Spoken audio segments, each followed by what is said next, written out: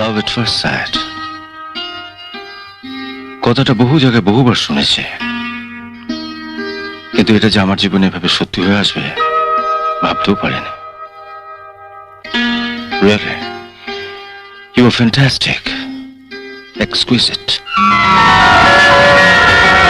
শুক্রবার বিয়ে, আজ মাত্র শনিবার। শনির পরে রবি, সোম, মঙ্গল, বুধ, বোধ। শনির পরে যদি শুক্রবার হতো তাহলে কেমন হতো বলো? বিশ্বাস করো, ভেবেছিলাম বিয়ে করব না, কিন্তু তোমাকে দেখার পর এক মুহূর্তে মত পাল্টে ফেললাম।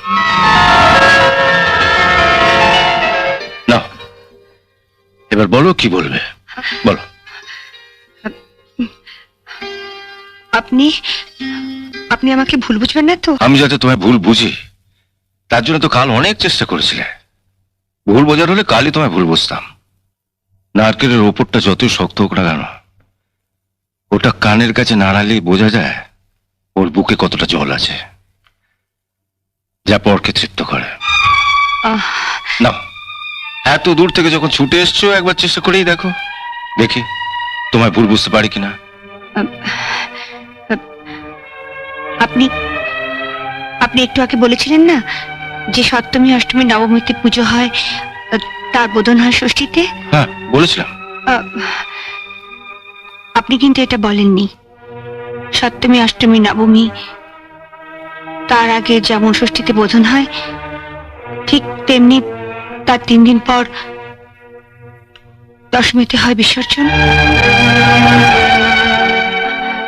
আপনি কিছুক্ষণ আগে এটা আমার গলায় পরিয়ে দিয়ে যে সম্পর্কটার বোধন করেছিলেন, আমি সেটা খুলে দিয়ে সম্পর্কটার বিসর্জন দিলাম। আমি আমি আমি আপনাকে বিয়ে করতে পারবো না। আপনি পারলে আমাকে ক্ষমা করবেন। কিছু যদি না মনে করো, আমার অপরাধটা কি জানতে পারি? ছি ছি ছি, এ আপনি কি বলছেন? আপনার মতন মানুষ কি কোনো অপরাধ করতে পারে? অপরাধ করেছি আমি, অপরাধ করেছি মা, বাবা, দাদা, বৌদিদের কাছে একটা সত্য গোপন করে। অনেক বছর ধরে আমি আমাদের পাড়ারই একটি ছেলেকে ভালোবাসি। সেই কথাটাই ওদের বলবো বলবো করেও বলে উঠতে পারিনি। কেন বলতে পারো না? ভয়, লজ্জায়। কারণ আমি যাকে ভালোবাসি সে শিক্ষিত হলেও কোনো চাকরি বাকরি করে না।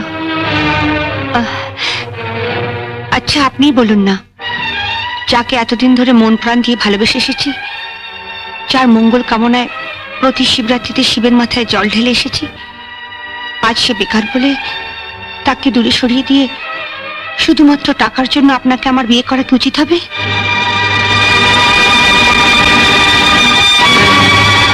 ওর 14 বছরের ভালোবাসাকে অসম্মান করে আপনার মাত্র একদিনের ভালোবাসাকে আমি সম্মান জানাবো কি করে বলুন? আপনাকে বিয়ে করলে হয়তো জীবনের সব খুশি হাতের মুঠোর মধ্যে পেতাম, কিন্তু আপনি বলুন না, একসঙ্গে মুঠো ভর্তি ঐশ্বর্য আর বুক ভরা কান্না নিয়ে একটা মেয়ে কি করে জীবনের বাকি পথটা চলবে? অসহায় দুটো জল ভরা চোখ নিয়ে ও যখন আমার মুখোমুখি এসে দাঁড়াবে, কপালে আপনার দেওয়া এত বড় একটা সিঁদুরের টিপ পড়ে,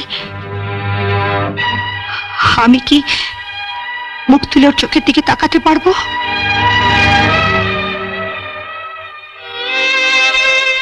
আপনার মতন একজন মানুষের স্ত্রী হয়ে একটা সাধারণ গ্রামের ছেলের কাছে আমাকে যদি সারাটা জীবন মাথা নিচু করে থাকতে হয়, তাতে কি আমার স্বামী হিসেবে আপনার সম্মান বাড়বে?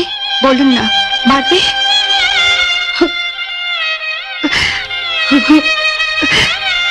মিনতি, কাল প্রথম দেখাতেই তোমাকে আমার ভালো লেগেছিল, তারপর ভালোবাসতে শুরু করলাম, অনেক স্বপ্ন দেখতে শুরু করলাম তোমাকে নিয়ে।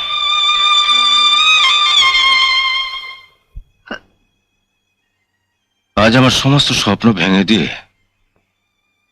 তুমি আমাকে এমন এক সত্যের মুখে এনে দাঁড় করালে, যেখানে দাঁড়িয়ে তোমাকে শ্রদ্ধা জানানো ছাড়া আমার আর কিছুই বলার নেই। কাল চেয়েছিলাম তুমি সুখী হও, আজও চাইছি তুমি সুখী হও।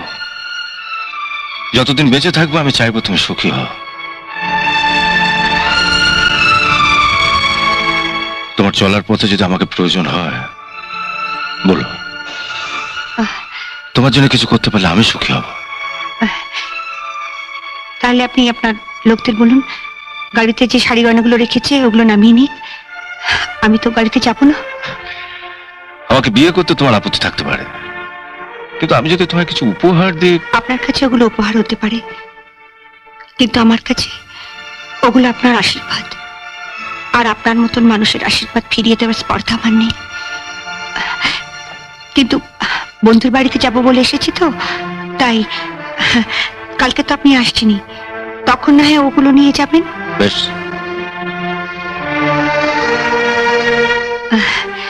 ও আরেকটা কথা, আমি যে আপনাকে বিয়ে করতে চাইছি না এটা জানতে পারলে বাবা মা বড় দুঃখ পাবেন।